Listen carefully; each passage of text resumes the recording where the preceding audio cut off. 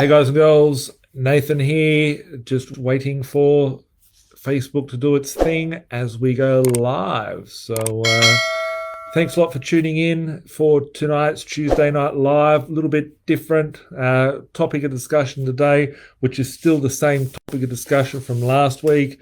I want to try and keep that as a small live, probably about 20 minutes to 30 minutes. I'll take some questions from you guys. I'll have just these topics to talk about on Tuesday. So today I want to talk about the system. Basically, the financial system is running on empty. And last week we talked about interest rates. We've seen the RBA raise interest rates for the first time in 12 years. And here we are. What are we going to see from the other side of it? And I think looking at some news articles because it's fun to read. I've just filmed three podcasts this afternoon, which is starting to talk about this discussion, the opportunities that are out there in the world. I'm very excited. I've got a lot of people ask me, Nathan, is there going to be a crash? What are your thoughts on a recession? Is there going to be a recession? And I'm humbled by the fact that you guys have confidence in what I do, because I've been predicting this stuff for many years, and probably 90% of the time I do get it right. And it's looking at the financial data. It's not reading the shit that comes out of the media, which we're going to look at today. It's looking at the physical data, the evidence that's out there, talking about the market and looking at the fundamentals that cause these markets to run. So if you haven't seen my video, I had a webinar last week, which you can register when the webinars come out. But I had a webinar last week, and there's a video on Facebook and it's on YouTube. It came out maybe 3 or 4 days ago, I think on Saturday, about interest rates and my view for them. So if you want to see my bigger view of the interest rates and why they can't go past 2 to 4 rate hikes, go check out the video. The system is completely screwed, folks. Completely screwed. This here, a lot of people are scared. A lot of weak hands out there. A lot of people over leveraged. A lot of people you might be forced to sell. We've certainly seen it in different markets. We've seen, if we go back to the start of 2020, everyone goes, oh, the stock market crashed by about 40%. Everyone's like, oh, stock market's booming, stock market's booming.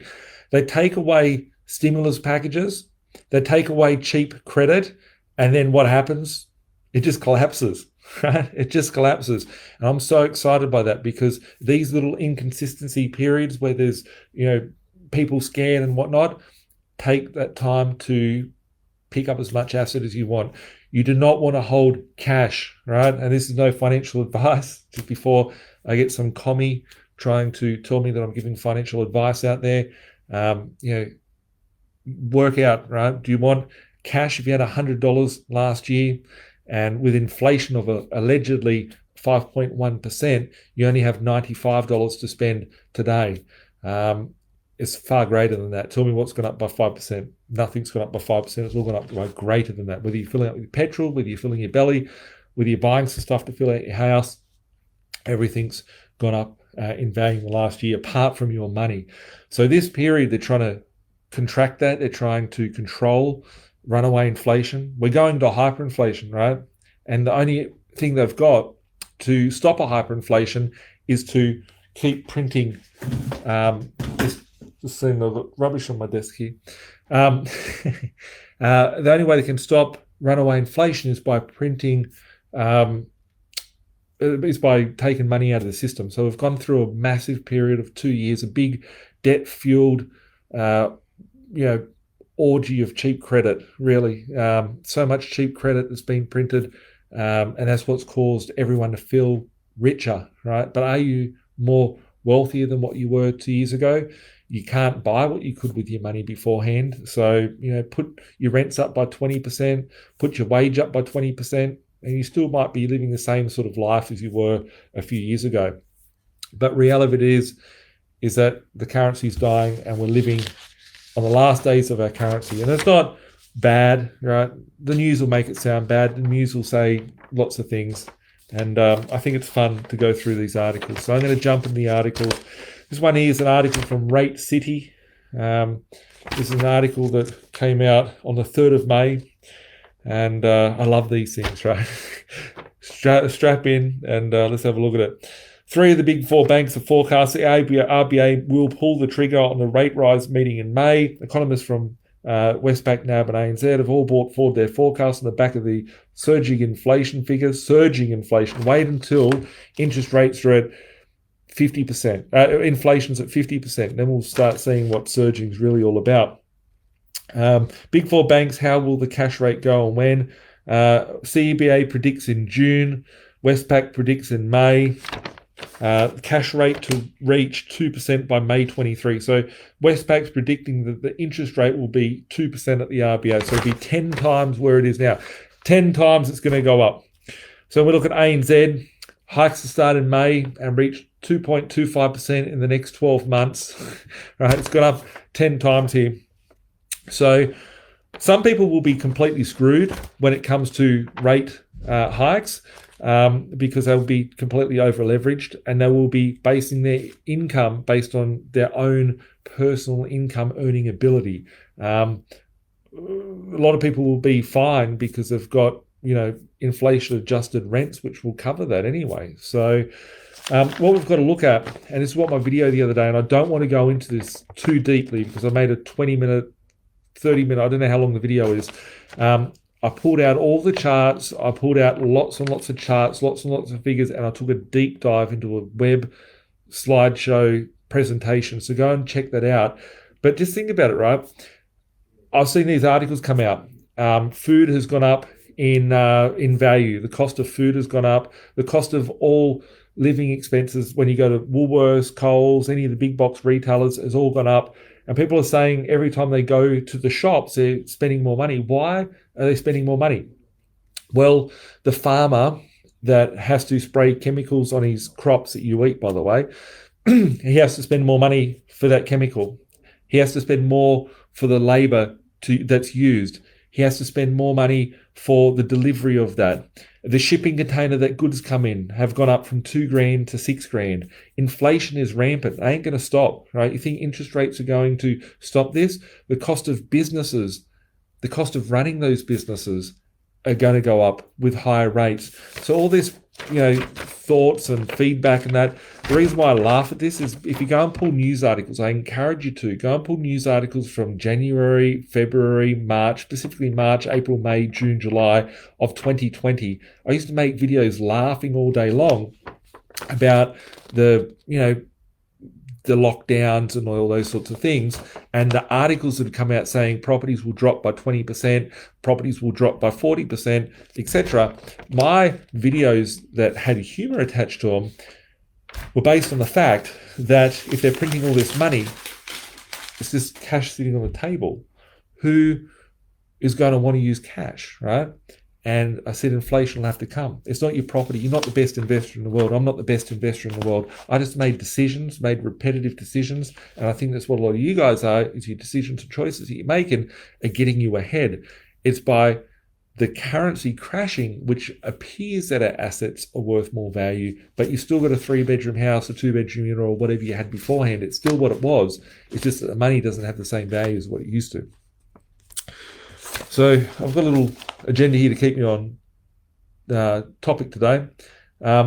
So very popular question at the moment is, should you sell your property because we've got inflation, right? I think we all know my answer to this.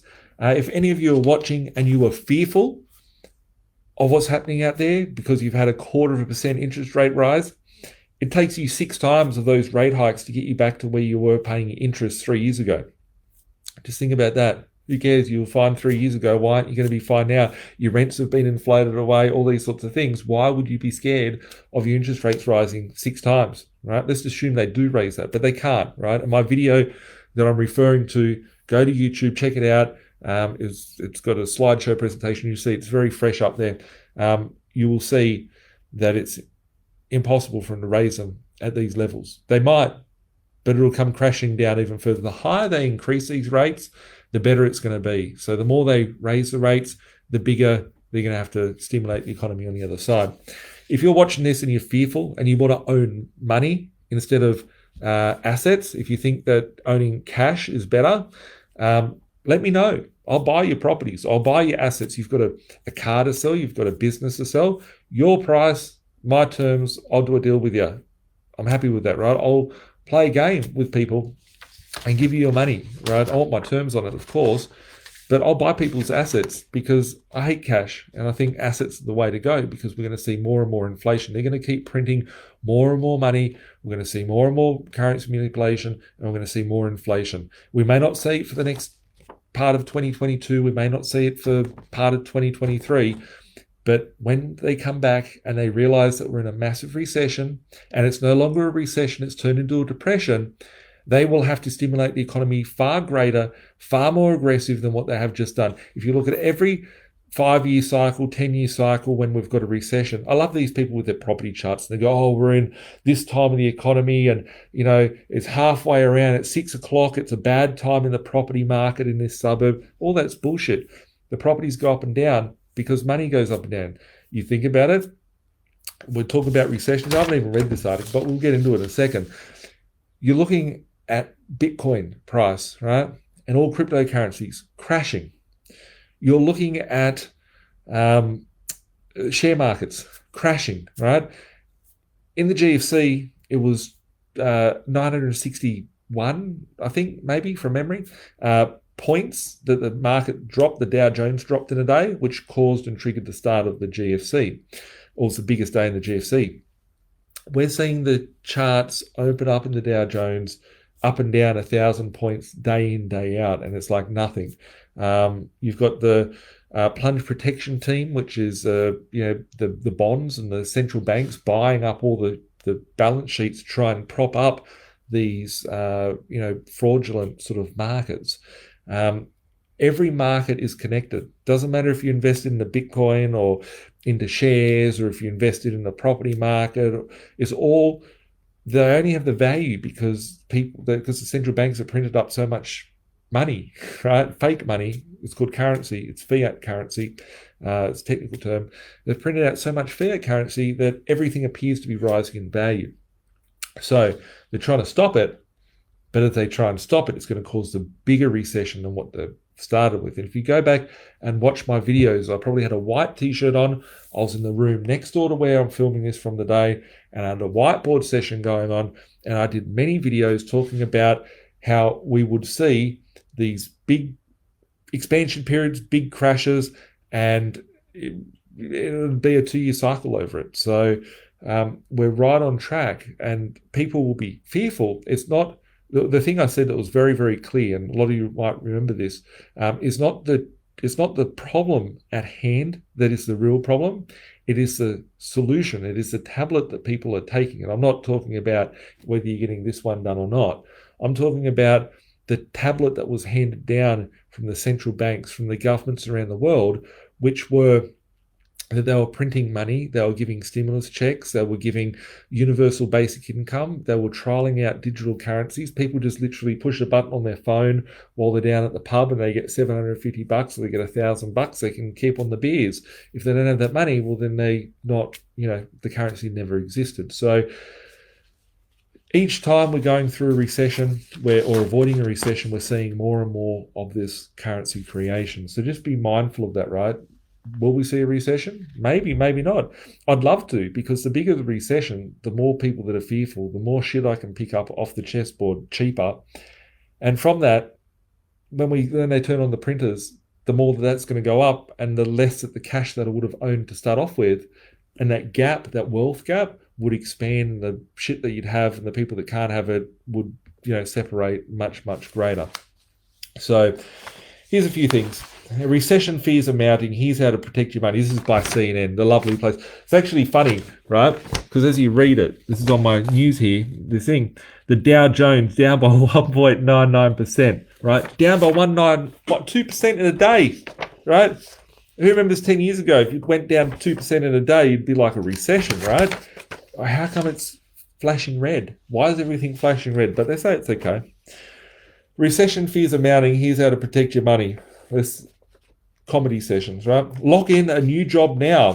With ultra low unemployment and plenty of openings, a job seekers market right now. But if there's a recession, that could change quickly. So make hay while you can. If you're not working or looking for a better position, now would be a good time to take advantage of the very strong job market.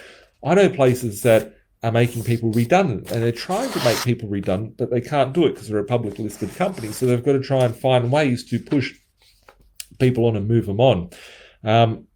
You could be going to find a new job. You could be getting more money, but will your job still exist? How much debt? People go, like, imagine go to a job interview and people say, I don't know, it's been a long time since I've been to one, but I have people coming in and I rarely do it because I have all my HR do this. Imagine if someone goes in for a job and the questions that get asked, why should we employ you? Why should we pay you $1,000 a week? Why should we pay you $2,000 a week? Tell me all of these questions, bang, bang, bang, bang, bang. The question you should be asking your employer, are you liquid? What's your debt levels that you've got in this business? What government stimulus packages keep your business afloat and stop it from crashing? What is the chances of your business being around in 5 years' time? And I don't care if this is a stock listed company or not, because most of the companies out there are zombie companies. They're broke, they don't make money, and they're completely fucking bankrupt. So just as much as the job wants to ask you questions, you should be thinking about your employer and thinking, the longevity of it, the sustainability of it. Because if we enter into recession, lots of businesses go bankrupt. And if you go down to your local shopping centre, go and see how many retail shops have, boxes around the front of them saying new shop coming soon or whatever the case may be. They're things you need to question. Cash in on the housing boom. If you've been on the fence about selling your home, now might be the time to make the leap. The housing market has been on a tear with year-over-year prices up 19.8% in February, according to the latest S&P CoreLogic Case-Shiller home price report. But mortgage rates are also on the rise, which may dampen demand. I would suggest anyone planning to put their house on the market to do so right away, says Adam. Who is this person, right? They're on like X amount of dollars per year. What assets do they own? What other credentials do they have? A lot of this stuff that you see in the media is just regurgitation. If you went to a barbecue on the weekend and you were talking to someone, you can tell their intelligence because of what they're repeating to you, right? Are they coming up with their own thoughts, their theories based on facts, or are they coming to you with something they've heard from the TV? So it must be right because it's coming from the propaganda outlet. But anyway, moving along, I find it interesting that here we are. This is the US. This is for the CNN. But it says here the CoreLogic Case-Shiller report. CoreLogic, that name sounds familiar. I've actually got the tab open up next to this on my computer screen, and it's the CoreLogic app, which is RP data, and that's where we got all our data from. Question asked is, when did CoreLogic become everywhere around the world? Every country uses CoreLogic. That's interesting because now CoreLogic has all the data of every property transaction and everything that's happening out there. When did it happen? About 2016. It also happened at the time they tightened the economy. They went to quantitative tightening back in 2016. It also went at the time when the APRA tightened lending policies out there. It also coincided with a thing called open banking, and it also went in line with your My Health data that was given away, and we really went into the digital place back then. But anyway, we've got these experts coming out from CoreLogic in every country around the world spreading propaganda saying this is what should happen, this is what's going to happen. Common sense. The more money they print, the less that it's going to buy. So you're going to need to spend more money on the same shit, which is inflation. Anything apart from money is better in that environment. If we go into a deflationary period or a recessionary period, it might be better off. But you've got to think about it, right? The barrier of entry, let's say your property, you've bought it and you've bought into some heated market and it could be up 20%, right? It could be up 100%. That market could drop 10%, could drop 15%, right? Could do whatever. It may do nothing. But if you were to sell it, you'd be in for legal fees, stamp duty, agent fees, tax. You're going to end up with a very little amount of money left over after the events that have occurred. Then you've got to look at it and think, if the market was to take off again, what would happen? how could I retain those assets? And I look at my portfolio. I'm not trying to gloat, out there, but I look at it, and my property portfolio in a lot of years have been shit, right? But I've accumulated. I just accumulate assets, right? My strategy is to accumulate as much asset as I can, keep the debt in yesterday's dollars, pay the debt off with tomorrow's devalued currency and inflated world that we're living in, and I can pay off today's debt with tomorrow's dollar. That's my strategy. I want to own as much shit as I can. That's what's got me to where I am. People are thinking about, I can sell it, I can make 100 grand. You've never heard me sit here and say, buy this thing, sell it, make 100 grand, because I disrespect cash. I actually don't have any interest in cash. I like cash flow, which is why I talk about buying stuff that's got positive cash flow. And I want that cash flowing in, and I can take that worthless money that comes into my account and go and buy more assets and so on and so forth, and keep expanding my base. So I think a lot of people are going to get fearful right now. And looking at the markets, right, the property market isn't linear. It is very much so nowadays because every currency is tied together based on monetary policy, but there is markets within markets, right? I found it interesting that the markets that appear the most popular, if we look at Sydney, a house in Mount Druitt's $1 million, but a house in, Parramatta's 1.2. A house in Baulkham Hills is 1.4. There's not a big difference between, a shitty area and a better area, right? But that's where the wage and the income creep can get to. You can't go past that, right? Buying a property for $4 million is a very, very different market. I'm in the process at the moment of buying a $4 to $5 million property, right? It's really cool. It's a really nice house to live in. Looking at that market, there's no other buyers out there. Down the road for $1 million, $2 million property, there's buyers everywhere, right? So what we've got to look at is bank servicing and who can service for cash flow. So I've got a fifth strategy. I'll talk about the three things, and I expanded the fourth one. I'm adding a fifth one to it. So buy below market value, upside for capital growth, strong cash flow.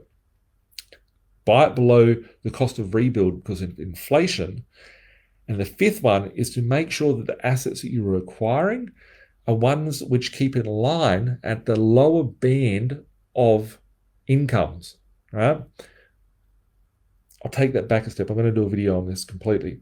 But basically, if you have a property that's worth $2 million and servicing for the average Aussie income taps out at 800 grand or $1 million or 1.2 million, you're outside of that range.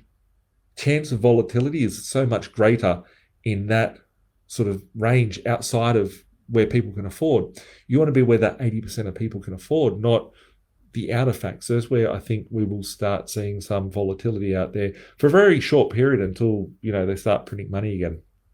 And to be truthful, all of the money that was printed, a lot of it was Centrelink for the rich, right? Everyone's like, I got me extra $50 from Centrelink, blah, blah. Businesses out there were getting tax credits. There's grants out there. I'm actually looking into this because I employ hundreds and hundreds of people, but there's grants out there to be able to get $28,000 per staff member for training them to upskill, right? These are things that aren't available to you if you were just working in a job or whatever the case may be. So there's benefits that are happening out there. But that top end of the market, I think, is going to get hit fairly big. But the bottom, like let's say that we've got a property of $200,000, right? What would be the mortgage repayment on $200,000? The mortgage repayment on a $200,000 property, I'm just assuming you borrow 100% of that money. That $200,000 at 3% would be $6,000 per year. $6,000 a year is about $120 a week. If it was 4%, you pay an extra 1%. Whoop-de-fucking-do. It's gone up from $6,000 a year to $8,000 a year. $8,000 a year is $2,000 more. $2,000 more is $40 a week. That's $160 per week. Anyone can afford to pay $160, even if you're on food stamps at Centrelink. So the reality is that how much further can that bottom end of the property market jump up? compared to people that are at the $2 million level. They're already tapped out. The chances they're going from 2 to 3 or 3 to 4 is not as great as what it is from 200 to 600,000, for example. So, yeah, looking at that perspective, be very careful of what you are buying. Be careful of what you've bought, in what market you now sit in. So would I be out there selling properties? Absolutely not.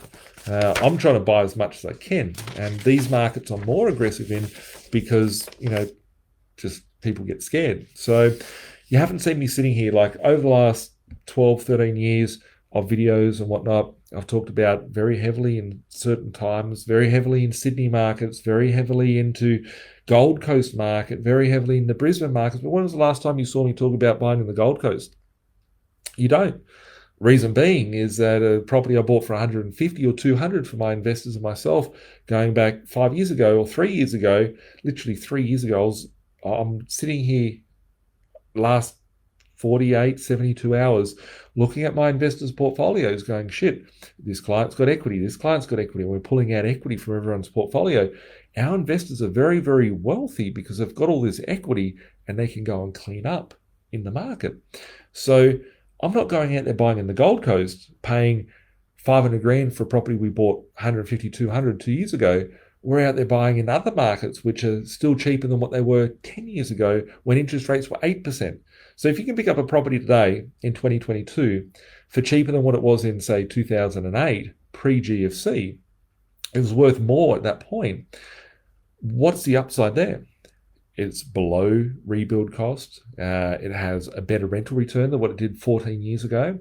And you're still picking it up cheaper. When interest rates used to be 8%, and you could probably get an interest rate, a staggered interest rate at 3% or 4% today, the cost of owning that is much cheaper. So the upside to that is if someone could afford it when the economy was shit, what could they do now? And that's the important part about building a recession-proof property portfolio, is having assets that will take off in recessions and not hold you back. So should you be selling your properties, I think if you've got shit properties, you should be looking at doing so. But defining what is a shit property is very, very, very important. Wow. Here's an article here. So this this is from my friends over at news.com. I don't like bagging out news.com. Actually used to work there once, funny enough. That was where I spent my career, at news.com. But we've got this editor here, Jason Murphy. RBA predicts for a 40% drop in house prices.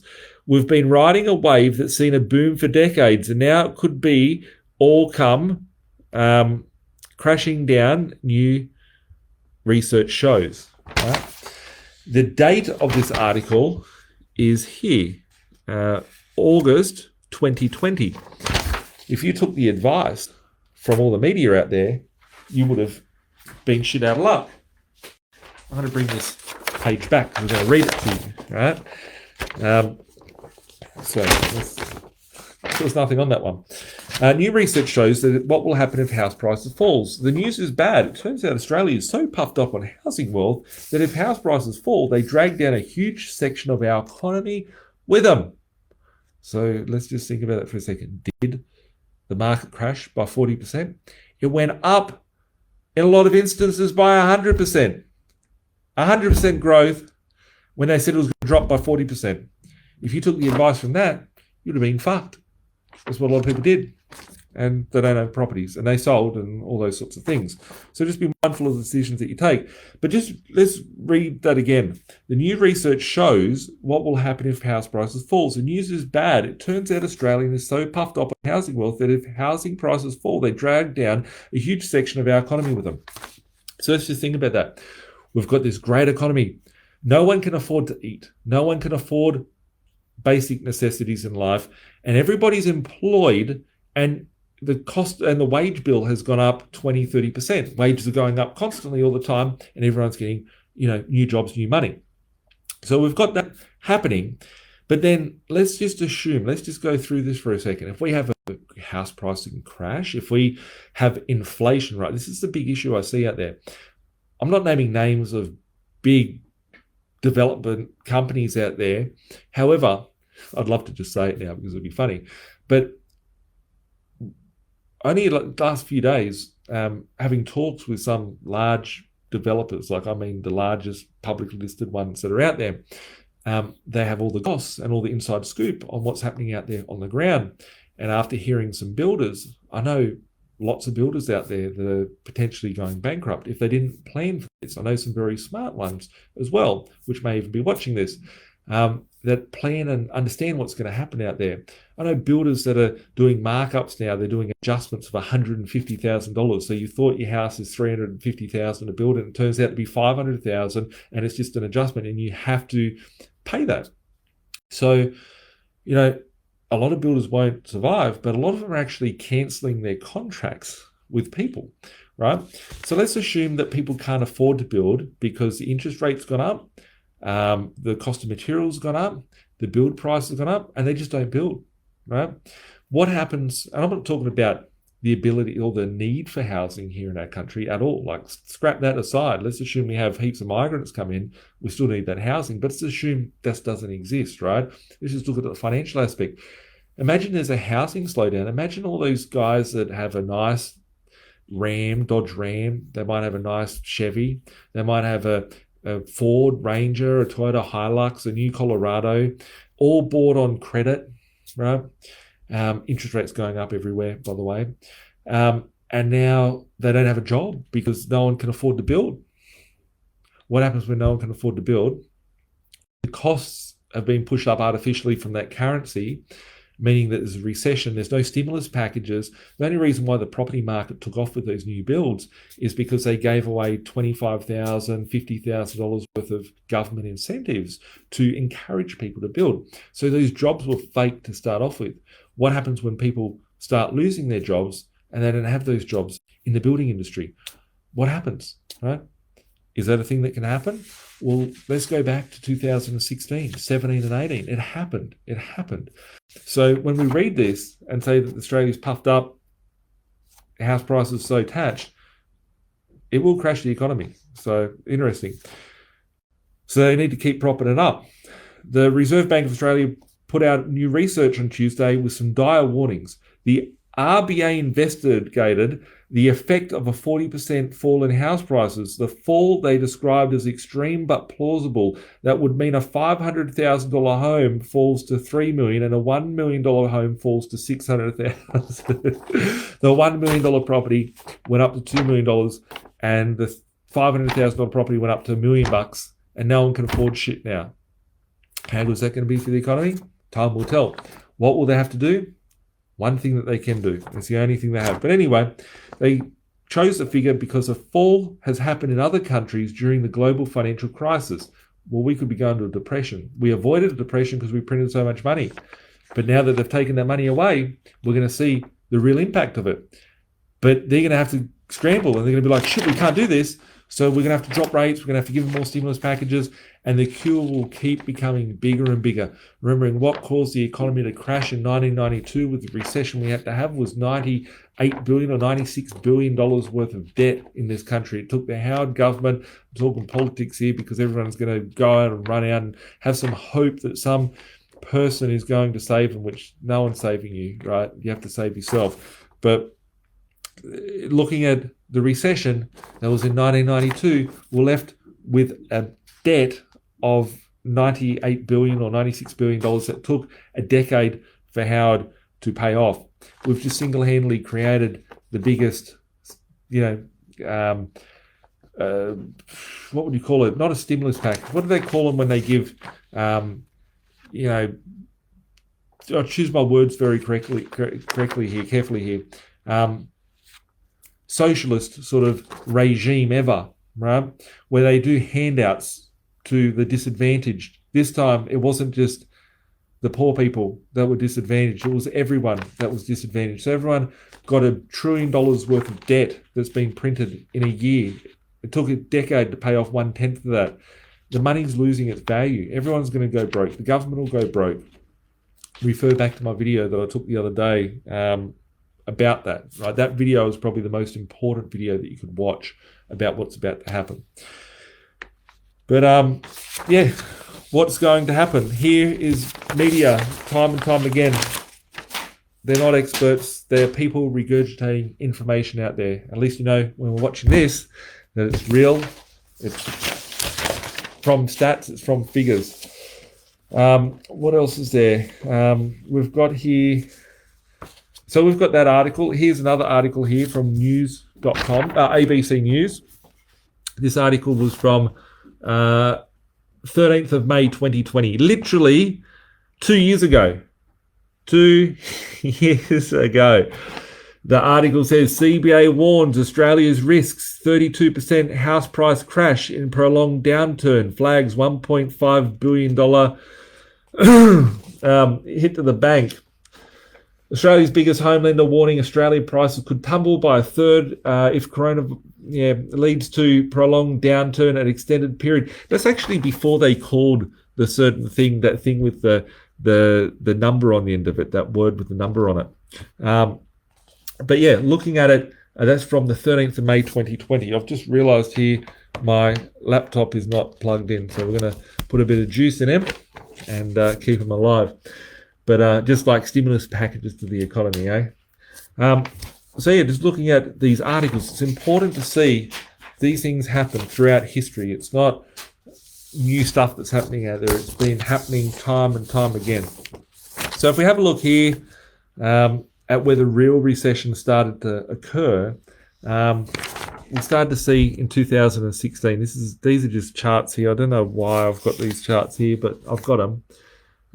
If we look at inflation, this is inflation from last year here in Europe. Japan's banking shares got a lift as central bank policy shifted. We can see, where are we here? Yep. These are 2016, these charts. They call it here, Trump threats hammered the Mexican peso, the dollar versus Mexican peso. In the end of 2016, we're seeing, right? We saw this happen to our economy going back a few years ago. Baltic drives recovery points to cautious optimism on trade. End of 2016, we see it going doot, doot, doot, doot, doot, and then boom, off a cliff.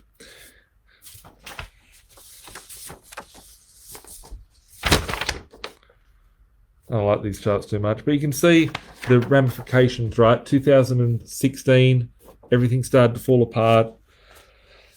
Wasn't until 2019. It really took us 3 years, right? 2016, the end of 2016 to the 4th of June 2019, there was 3 years from the market contracting to us seeing the biggest stimulus packages of our life. We're going to contraction now. 3 years of pain. It was a shit time. It was a shit time for me, shit time for a few people, but I wanted to have answers as to why certain things were happening and taking that deep dive. But how long will this last? Is it going to be a decade? I think 12 months, 6 months, 24 months. We've had 1 week of rate hikes in Australia. We've had 2 months worth of rate hikes or 3 months worth of rate hikes in the US, UK, Canada. And as we've seen those rate hikes, we have seen volatility like never before. Right? So if we're looking at a recession down the barrel of the eye and going, shit, what's going to blow our face off with this? I think the answer is very clear that what's going to happen when we put the second rate hike in? What's going to happen when we put the third rate hike? Technically, if I was using all the stats and the charts and information that I've been using to prognosticate rate cuts over the last 13, 14 years to you guys, interest rates should be at about 3% by Christmas, and that's just the start of it. That's what should happen, but it can't happen. So it'll be interesting to see, will interest rates go up? Because if they increase them, the quicker they increase them, the better, in my view. 1, it'll make the market shit itself. Opportunities will arise. 2, the increase in that rate hike will be very short-lived. The quicker it goes up, the quicker it'll have to come down. And the higher it goes up, the higher it'll have to come down. And the more stimulus that would have to be created. It's just physically impossible for the level of debt that's been created to sustain rates of what they're talking about. The market couldn't withstand interest rates above 150 basis points or 1.5% for the last 5 years. Right? It's been 2 years at 0%, basically at 10 basis points, and it was probably 3 to 4 years prior to that we had 1.5% interest rates or 150 basis points. The market couldn't withstand that or anything higher at that point. How's it going to withstand a top-heavy economy, massive inflation, unaffordability issues, a depressionary nature? People can't afford shit, right? Tell me you're happy paying the money that you're paying and your wage can afford. You were richer in 2020 earning less money with things cheaper. You're not richer now. So what's going to happen when you add more added pressures to that? We're either going to see massive, financially. I can't even say it without laughing, right? Because it's laughable. The RBA said that you're going to have a house price crash. Everything was saying that you're going to have it beforehand, but now we're going to believe that interest rates are going to go up 3% or 4%. My personal view, there's no financial advice. Any commies watching want to, try and challenge me on that, eat a big one. My personal view on what's going to happen with, the financial markets out there and with the interest rates, I don't believe we can withstand more than 2 25 basis point increases without going into recession. And I don't believe that we can go, if we go to a 4% or 1.5%, this is going to annihilate, and they're going to have to turn around and go, okay, we're screwed up. They will never say, oh, it was us, we did this, or whatever the case may be. It'll be blaming something else. So whether you've got a common enemy of a said illness beforehand, it could be that, could come back as a vengeance. It could be that we've got a environmental crisis, which I believe we're probably going to be heading into some environmental crises, and we will be having to do stimulus packages around doing good things for the environment. So eventually we're going to lose our currency, and I'm still very confident we're going to lose it via hyperinflation. And I always said, go back to my video from March 2020, that we would head into hyperinflation, but it wouldn't happen straight away. We would see the market have massive inflation, we would see a correction, and then we would see the treatment of that next one, which would cause the hyperinflation. We're in that lead up to the next quantitative easing cycle. We're currently in quantitative tightening as they're taking money out of the system. But once they have to come back and put money into that system, that's what's going to make everything go crazy. So hold on to your seats. Make sure that you make sound decisions, whether it be in your property portfolio, your family life, your budget, your employment situation, your business situation. If you need help on that, you can reach out to me and my team, and always happy to have a chat to make sure that, make sure everyone's safe and doing the things they need to do. Lots and lots of people commenting here. I'm going to go through some of your comments, some of your questions, answer some of them, and I don't want to be too long on here. I'm going to try and keep these short because you're also going to be getting my podcasts on Tuesdays as well. So, and Judy here wrote, I remember your casts every Tuesday and you spoke about hyperinflation, a Big Mac costing $12. How can you feed your family at Macca's now? Could you get better value there beforehand? I watch everything at Macca's. I don't go there that often nowadays, but when I do, I'm like literally trying to suss out everything on the board, and it's gone up, right? But there will be points when a Big Mac meal might cost $500 or $200, right? And your salary might be $1 million, but your mortgage might be $10 million. That's where we're going to in this next cycle. Many people think negative rates are impossible. Any thoughts on that? Good question, Kane. Negative interest rates, I'm still very, very strong believer in that we'll see negative interest rates. I'm more of a believer today than what I ever was beforehand. Everyone's talking about interest rates going up. Okay, they go up, right? How long can the market sustain higher interest rates? A month? We're 1 week in. I was here last week talking about interest rates going up, and now we're talking about all the stock markets crashing around the world, crypto markets crashing, and this hasn't just happened overnight. The stock markets crashed, the crypto markets crashed, and this has been happening since other countries started to put up their interest rates. We're just like one of the last ones to come to the table. but they're going to have to drop these interest rates. They're going to have to re-stimulate the economy. And that's where I think we're going to go to negative interest rates. We could go negative 3% interest rates. And what that means is a lot of people say, they can't, like the bank or the whatever won't be paying you for it. But there's countries around the world which are actually paying you to take out money. So if you go back to Sweden, going back in 2018, I haven't looked at the numbers recently to see what their interest rates are at. I really don't care because everyone's basically at 0% policy, zero interest rate policy, which is called ZIRP, ZIRP. But we saw that country, it was Sweden, that had negative 0.5%. So how that would work in theory is that if the RBA's interest rate was negative 3%, that means that if the bank borrowed 100 grand, they'd only have to pay back, they'd be having a reduction of that capital every year of 3%. So it'd be $97,000 next year you'd have to pay back. It'd be like 93,800, whatever it works out to be. And each year it would come down. If you were to be borrowing from the bank and the bank was to charge you negative 0.5%, that means that you would borrow from the bank 100,000 and you'd have to pay back 99,500. The bank would still be making money because they're getting paid from the central bank for giving out the interest, to give out the currency to start off with, which would mean that they'd make a spread still of 2% or 2.5%. So it has happened out there in the world beforehand and of recent times, and currencies that haven't died of hyperinflation yet. But every country is stuck with this shitty currency and is going through massive inflation. Didn't you say they would never increase the interest rate and go into negative rates like they did in Europe? Good point, Sam. I think I just covered that just then. I don't see that they can. I always said from the start that they could only move the interest rates by 225 basis points. It's physically impossible for them to do it any higher. But if they did, it would be for a 3-month, 6-month stint, and then that's when they would have to come negative. It's actually in my video, so it's not like I'm making it up. Ashley, most building material prices are up 40%. I'm seeing that.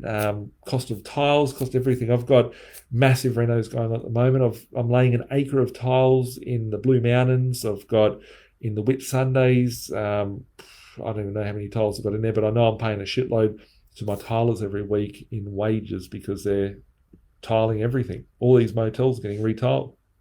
I want to get my expenses gone before hyperinflation. So the costing of things today is much cheaper than what they will be in the future. Jeremy said, love your stuff. What happened to your commentary on Deutsche Bank? Deutsche Bank, we saw what happened when it went under that point of 5.8 euros, I think it was, which we calculated all those years ago. It suddenly went and swung back up. So I still believe they're holding the dog shit. If we watch The Big Short, it's dog shit wrapped in cat shit. Basically, the derivatives market, which caused the GFC, was about $8.5 trillion worth of property market derivatives in the US. Now there's like 2 trillion worth of derivatives out there in the world. Deutsche Bank is a single bank that's holding about $50 trillion worth of derivatives in that own bank. So it's about 6 to 7 times more than what caused the GFC. But these aren't derivatives around property. They're derivatives about derivatives, basically. They're derivatives on car loans. They're derivatives on all different sorts of assets. So that is a big company to watch out for. But it has been protected so greatly by different sorts of financial instruments. It's a zombie company. So Craig said, when will they printers ramp up again? Well, when we see enough negative impact, these things, whether it's crypto crashing as hard as it is, whether it be, well, just think about it this way, right? How many people out there bought a car because their crypto was going crazy? How many people out there overcommitted themselves? They went and borrowed 100 grand of equity and bought crypto that's now worth 50,000, right? Those people that are in that position, I feel bad if it's you. I'm not going to be silly about it or anything like that. But you need to look back and go, okay, if those people are out of the market now, they're not using that money to buy a car, that money's poof, evaporated to money heaven. That's going to cause a recession in itself. If you look at things like that micro strategy, and I don't want to get into too much into specific companies here, but they said that they put a statement out the other day saying that they would be in default and they would be margin called if Bitcoin went under 24,000 US. Bitcoin hit 29,500 or something today, which is the lowest it's been in 2 years. So at that point, if MicroStrategy got margin called, one or two things would happen. They'd either have to put liquidity in to lower the LVR, meaning the money would come out of their business to pay out that debt, or they would be margin called, meaning they would lose assets of the company, meaning that they'd be in a whole world of trouble, which would then trickle out into real world economies. These markets are so interwound that as they're starting to unwind things, they're trying to go to quantitative tightening. It's imploding the market. It's not exploding, it is imploding. We will see an explosion, and we haven't seen an explosion yet, but when they go and turn those printers back on and create more quantitative easing, that's when we're going to see the real fun. And I'm so excited for that, but I'm also nervous as well. Got here Lydia. Hey Lydia, hope you're well. Andrea, hope you're doing well. Craig, the dollar is going to zero. It doesn't buy much nowadays. Nora, how you going? Hope you're doing well. Ginger, hope you're doing well. And yeah, just looking at some other comments here. What have we got here? Just a couple of last questions. Wow, lots of things here. Where do we make money in this situation with markets crashing and rates rising? The ugliest thing about what I'm about to say is that it's very, very short-lived, right? The market right now is having cash to buy stuff, but we're still seeing inflation. So it's where do you turn to? Do you hold cash and then buy something that's going up? Inflation isn't going anywhere. If you think inflation's bad, just think about the flow-on effect of pushing up interest rates. People couldn't afford things beforehand. The cost of most businesses, and I'm not giving away too much of that webinar that you all need to go and see. That's on my YouTube and it's on this page. It was loaded up on Saturday. But if a business's debt is at 1.5% interest rate, that's what they're paying the bank via a bank bill swap rate, or 2% via a commercial facility, and the interest rate just went up by 1%. Let's say it goes up 4 times. It goes from 1.5 or 2% to 2.5 or 3%. That means that the cost of that business's baseline has gone up. Are they going to go A, bankrupt, or B, they're going to pass it on to the customer? So if they're going to go bankrupt, well, then there's a recession. We need to bail them back out. And B, if they're going to pass on to the customer, that's going to create even greater inflation on what is already there. So there's no way of avoiding this, right? Just think of it as a flow chart and map out all the scenarios. There's no way, it's screwed. So that's the exciting part about it. So for me, I'm just buying assets. I don't want the money. I'll skip the money and I just want the assets, because ultimately the cash is trash. It's going to go to worthless. They can contract the cash in the economy at the moment, but eventually, whether it be in 3 months, 6 months, 12 months, 2 years, I don't see it any greater than, I'd love them to increase interest rates by 2%. It would be great. If they did the right thing, it would be great. There'd be a lot of blood on the street. There'd be opportunities for everybody here watching. There'd be some people get wiped out, which wouldn't be good. But, there's only is what it is. There's only a certain amount of things. Everyone's playing. If you are not betting, people are saying, I wouldn't risk it or whatever. People don't understand what risk is, right? Because they're holding money. They're just believing in a system which is fake, right? It's a fake system. So I just don't want anything to do with the money. So I take that money, I take whatever cash flow that comes through, and I go and reinvest that cash flow to go and buy more assets that create more cash flow, and I try and clean up all the pieces on the chessboard. Eventually, I'd love to own the chessboard, but, just owning all the pieces is pretty good as well. At what point, Gino said, what point do the banks and the RBA become aware of this, and how will they deal with it? The banks and the RBA are very, very aware of what's going on and aware of the situations that are out there. They are doing stuff about it, and they're changing the course of monetary policy. That's what they do every month. They are aware of the situations. They only tell you. They don't sit there. If there was a situation, they wouldn't sit there and go, "Oh, everyone's going to die," blah blah. Like they would try and create calm and peace. The real rulers of the world are the ones that create the money. It's not the governments out there. They're just purely pawns on the chessboard. Need to have a drink. They're just pawns on a chessboard. If you owe money to someone, you're their bitch. Just think about it that way, right? If you owe the bank money, you're their bitch. If you owe the thug on the corner money, you're their bitch. And as you look up this food chain, they might wear suits, they might come across very refined and tell nice, elegant stories and are very well spoken and articulate. But the reality is who is the money, right? If you go and follow the chain of money through the system, who does the government owe money to? We owe $1 trillion worth of debt. Who to? Oh, the US. Well, where did the US get their money from? Oh, is it the government? No, right? It's the central banks around the world that are buying up the bonds.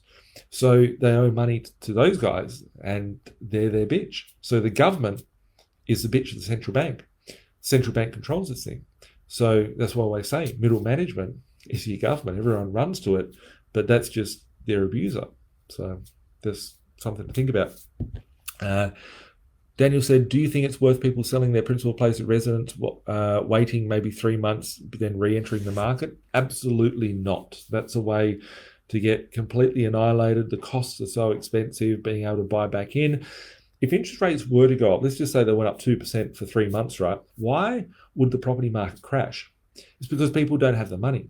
Why don't they have the money? Because they can't get access to the money. They never had the money to start off with. They only had a mortgage, which is a death contract. That's a different story, right? If you go and research what mortgage stands for, mortgage is death contract. Random fun fact of the day. But people go and sign themselves up to a mortgage to go and buy an asset. They never had the money. So the reason why the market would fall, if the bank said you could borrow $5 million tomorrow, everyone could borrow $5 million, the entry price to property would be $5 million. Simple sort of fact. So reality of it is that if interest rates went up by 2%, people wouldn't be able to service for the debt at that level. So that means that as the interest rates go up to that level, then the serviceability would come down, meaning that the property price would crash. If that was to occur, it could occur, right? If they did it, it would have to be unwound very quickly because of all the other collateral damage that would come along the way. But the point being is if you were to sell your property, you'd have all the in and out costs associated with doing so. You'd have to gamble against the market, but would you be able to go and be able to find the funds to be able to buy that? If you're a cash buyer, possibly, but I think it would be the most riskiest and reckless sort of thing that I could ever imagine doing, and it's definitely not something I'd be doing.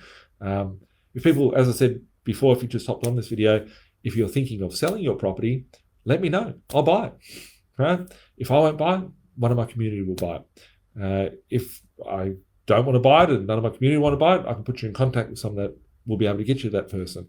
However, I think it would be reckless to do so because the money is just losing its value constantly. What are you going to do? You're going to get pieces of plastic with dead criminals printed on it? And you're going to go, oh, cool, I've got a dollar bill here. I don't even have any here to show you because I don't even carry cash.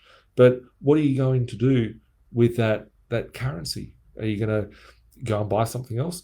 Money is losing its value. Cost of buildings going up, the cost of goods are going up, cost of shipping's going up, everything's going up with inflation. Why would you want to hold cash forward? So it's very big risk. So just be mindful if you're doing that.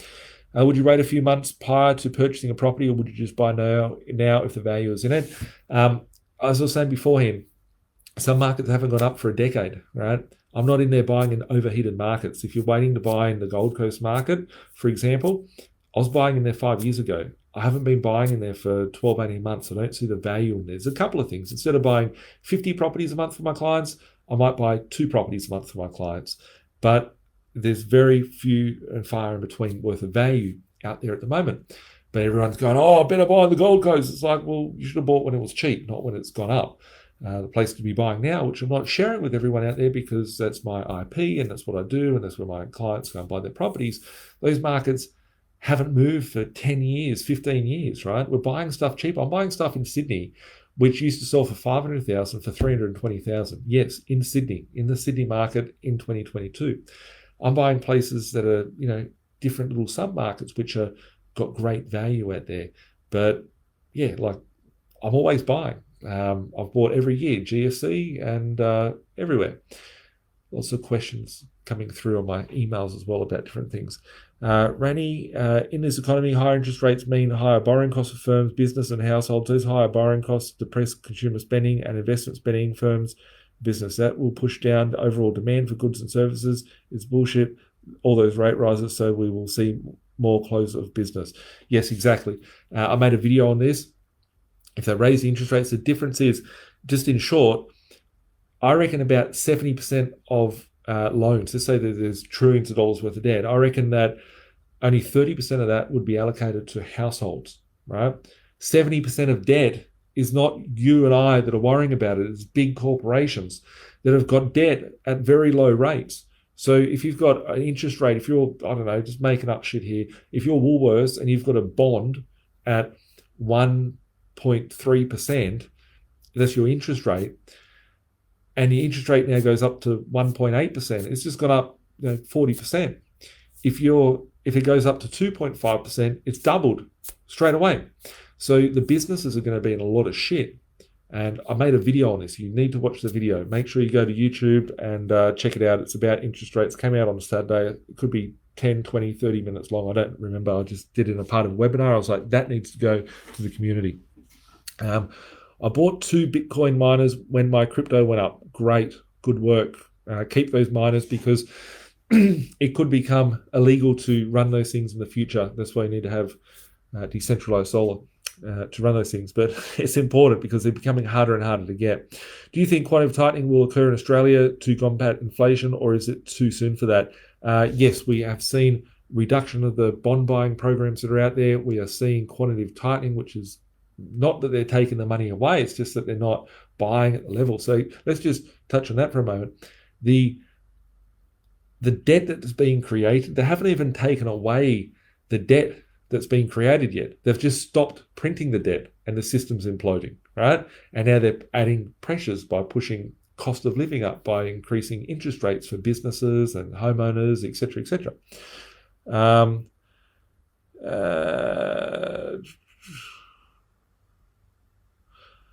Judy said, I've noticed the ads on realestate.com and the Gold Coast have prices again in a matter of 2 weeks. Instead of expressions of interest, maybe there isn't many expressions anymore. I've been speaking to a lot of my friends in those markets. The markets are still very, very hot, but they have noticed that people are fearful. And sometimes it happens because of elections and stuff like that. But definitely, are we going to see a crash? I don't believe so. But are we going to see, perpetual growth like that? Not at this point, because the money's not being printed and put in the system. When they put the money back in the system, that's when we're going to see and the rocket to the moon. If you want to speak to, here's from my office, someone's put here, if you want to exit the matrix, speak to one of my team. The comments are in the section below. Click on the link and book in a free discovery session with one of my team today. Jared asks, 5-year fixed rates are more than the 1 or 2 year fixed rates because they know rates will come down to lock you into a higher rate. Just think about it as a business, right? If you were selling a product for $100 and you could sell the same product for $500, would you rather force everyone to pay $500 with a bit of fear, or would you rather just let them pay $100? You're taking a gamble with the bank here, and can we really trust a bank? Right? That's the question you need to be asking. But I don't try and bet the banks. I'm not fixing them. So Shane said banks and lenders are getting more stringent on borrowing capacity criteria. No, they haven't. They haven't gotten more tighter with the borrowing capacity. However, the more that interest rates go up, the harder it is for people to service, because you've got the spread between what they calculate your servicing based on. So yeah, it does naturally become harder. Not too much harder. It's not like back in 2016. If they did that, if they made it harder and did this, we could see a big, big crash. So interesting times ahead. I'm very excited by it because it's all going to lead to the one place. It's all to the end destination of our currency will die. And it's not going to happen just overnight. But we're going to see a 50-year cycle in a decade, which is what we're seeing at the moment with inflation and all the things that we're seeing. Kane asked, do you still do map sessions? Where are we here? Do you still do map sessions, or can you go straight onto a deal? For those of you that don't know, I do these things called a map session, which is, need to get some water. It's not a drinking session. A map session is a strategy session between myself and my investors. You used to be able to book in just a map session, which was $495, which was a consultation with myself, and I'll spend an hour running through strategy of what you can do, etc., etc. In order to do a map session today, I just work one-on-one with my investors. I do all the purchasing, the negotiation, the buying, and the structuring of the portfolio, which we work one-on-one with. So the only way to have that consultation with me is to be one of our clients. All of my investors I work one-on-one with. So if you are buying a property through my firm, you are buying the property that I am locating, negotiating, and making the deal happen. And I'm giving you the guidance and advice, general advice, of course, on what to buy, where to buy, how to structure it. If you do want to just have a general discussion with one of my investor relations team, I've got very, very smart people around me. A lot of people don't realize, they just see Nathan doing the videos and they're like, oh, Nathan, do this, do this, do this. I've got very, very good talent in my firm. So whether it comes from, you can see some people here in our comment section making general highs and buys and stuff to people that are fantastic in finance and amazing with property management. I've got the best property managers out there. And the person that asked that question, I was in the car with that person going for a drive, going back a year ago, it was actually about a year ago, and we were doing rent reviews on the properties, and we're pushing up rents, $50 here, $100 there. And that thing has been consistent with my team. We're very, very ahead of the game when it comes to rent increases and the cycles, because we understand the markets, we understand the cycles, and we like to be strategic with how we structure our rent increases to ensure that we're getting the best revenue for our investors. Our property managers, they manage your property, but they're really your revenue manager. And that's, very, very important that your revenue is strong with your assets. I don't trust a real estate agent, for example. I need to have water. That's what happens when I come to speak for 10 minutes and it goes on for an hour. But very different between getting a real estate agent that's just going to manage your property and someone that's going to get the highest revenue. So I've got a very strong team here. I've got about a half dozen investor relation managers which manage my client portfolios that you can just call up, book in. You need to book it in though and have interaction with my investor relation managers. But you can organize those chats. There's a comment in the comment section here. There's a link to that. So yeah, if you do want to have a chat, have a discovery session, you've got a burning desire question, want to run a scenario, my team will be able to help you. I will put you in the right direction to the expert in that field. Brock, it's an absolute joke. I know of two small businesses that received $1.5 million worth of JobKeeper in which they never used. Now they expect us to pay back the wasteful hands of our Australian government, for fuck's sake. Exactly. Justin said, learned that lesson on fixed rates. I learned the lesson too. The reason why I studied where interest rates originate from is that I fixed interest rates at 8.65 in 2008, so 14 years ago, pre-GFC. I was very concerned about interest rates going up, and I heard about 20% interest rates and all this sort of shit, and they went down to 5% within a year from there. So I never would allow that to happen again, and I study the markets to understand what's happening with it. Michelle said, Blink, Queensland asset managers always putting clients' investment and goals first. Exactly. Making sure that revenue is top line, your properties are managed in the best efficient way. But I do expand much further than just property management. Property management, have acquisitions of assets, have structuring of assets, have tax, financial, and legal advice, and also finance structuring for your portfolio to help you get the best loan structuring out there so you can not just get one or two properties, but get 5, 10, 15 properties, 20 properties in the current market. On that note, I've got to go. Thanks a lot for tuning in, spending your Tuesday night with me. I'll be back next Tuesday.